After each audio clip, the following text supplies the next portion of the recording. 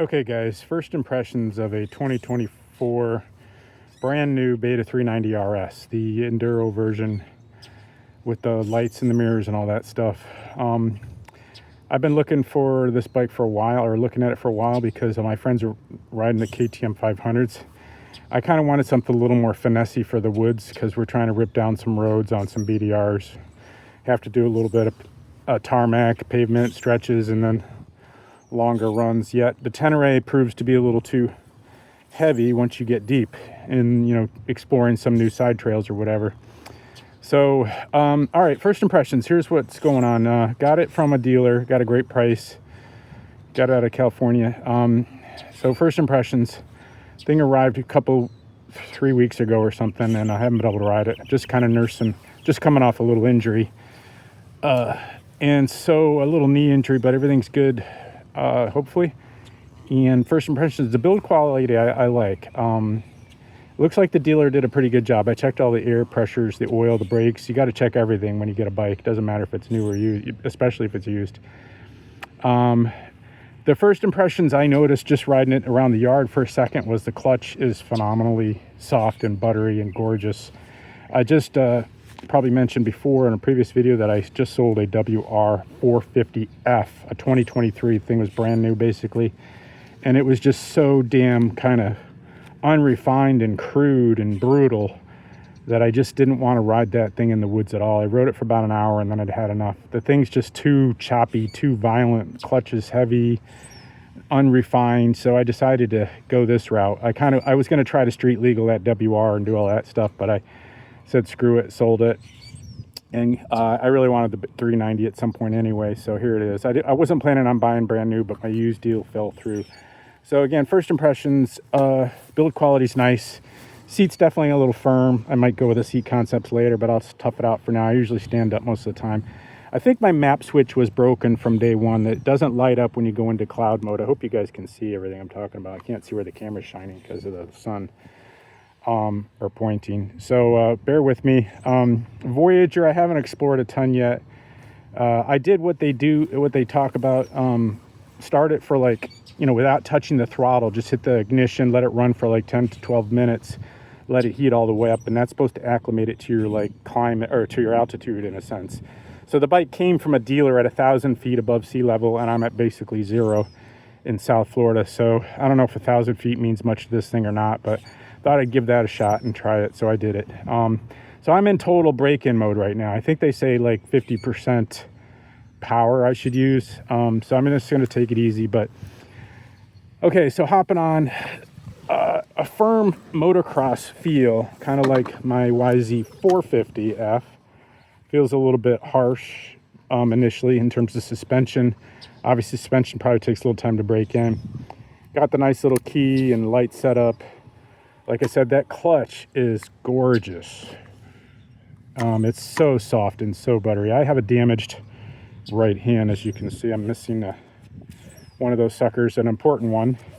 So the clutch is very important to me. I'll probably do some more adjustments. I haven't really adjusted. I should have adjusted the bike a little bit more to my body fit, but it kind of feels pretty natural right now. So I'm going to give it a ride and, determine where I want to move things. But I probably will slide the clutch over to the right further so that I get more leverage on the end of the clutch.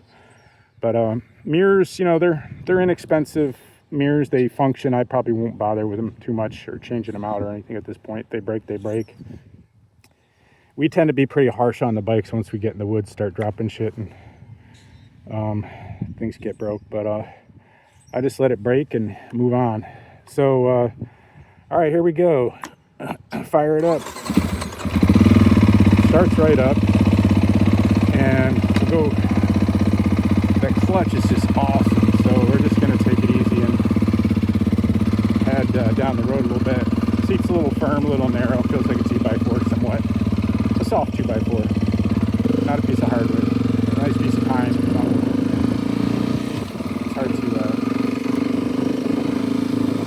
So she's warmed up from idling for that hour or whatever. Or I'm sorry, not hour. 15 or 10 to 12 minutes. I think I idled it. Sorry about all the motion. I'll try not to. I don't have a GoPro or nothing.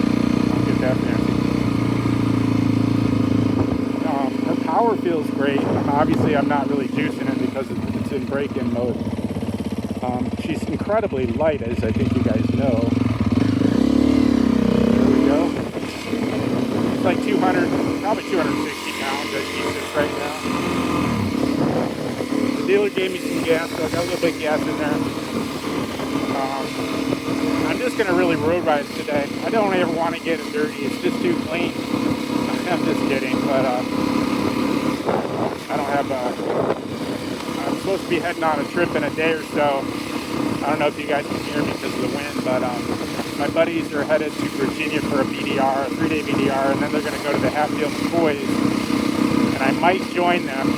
It's like a 16-hour ride here, but my ultimate plan, actually my original plan, was to just head out to Moab with this new bike and my cross trainer and maybe my Tenere and my electric motors. But I usually try to take everything with me because it's always nice to have a bike for every different occasion. I only made it, I mean, I've had a cross trainer for a couple of years now, and I really love that bike. That 300 two-stroke is phenomenal off-road. Just trying to bugger around in the tight wood single track. I go to the Trials Training Center, just got back from there. That's actually where I got hurt. Not at the Trials Training Center itself, but in that forest nearby. Just a stupid get caught on a rock and bend your knee the wrong way injury, but it sure sets you back. I was limping for 3 to 4 weeks. Still, it's pretty much 98% now, so I'm getting better. Anyway, again, bike feels awesome.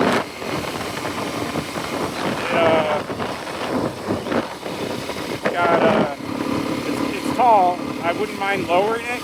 I'm 5'10", 160 pounds right now, losing weight for some reason. And it kind of feels, excuse me, it's way more refined than a WR450. I think it's got 2 injectors. So I think it softens up the on-off throttle snatch that you get on a 450. Right now I'd be getting whiplash, bouncing back and forth on the WR450F. I'm sorry, WR450. Yeah, WR450F. That thing is so snappy, so radical, so unrefined. It is brutal. Now I know why you see so few of them, and it took me forever to sell it because not a lot of people really want to ride it. You really got to be a pro that wants to go, 60, 70 miles an hour over really hard terrain that you take massive hits, literally launching yourself 30 feet, 40 feet, low jumps, just speed, just carrying you over jumps. But this is my little training center up here, the only hill I have in Florida, but I'll just go in there for a second. I don't really want to do anything challenging today because my knee's still a little squeak. But, oh my God, first time she touches dirt, there she is.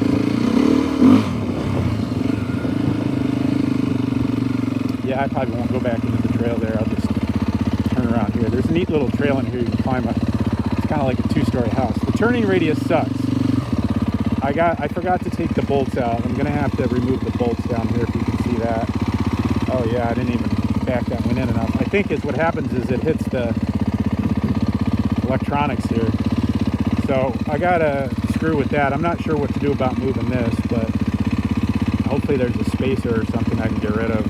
Oh, here's the little map switch that's broke. You can see that if I hit this button, nothing lights up. It's supposed to light up to the cloud mode.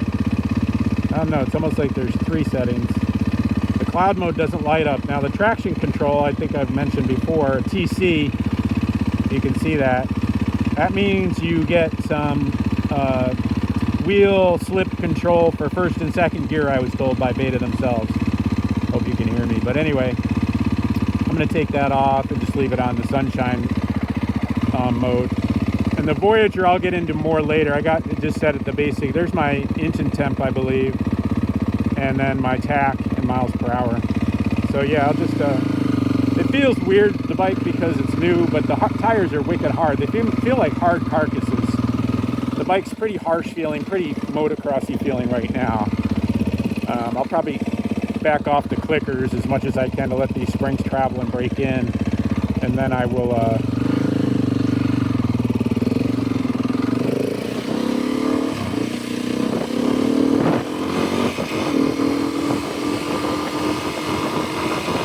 think through this wall too. It feels like I'm perched up on top of a tower here. But the thing with this bike is it, like I said, it feels a little motocrossy in terms of its position, hard seat, stiff suspension, and it feels like you're on top of the bike, not in the bike. Like I had a WR250R, nice little enduro, and this is kind of my ideal upgrade from that in terms of the WR I would have kept, but it got killed by the hurricane. But in terms of, you felt like you were sitting in that bike a little more, maybe because the tank raised up in front of you a little bit, but also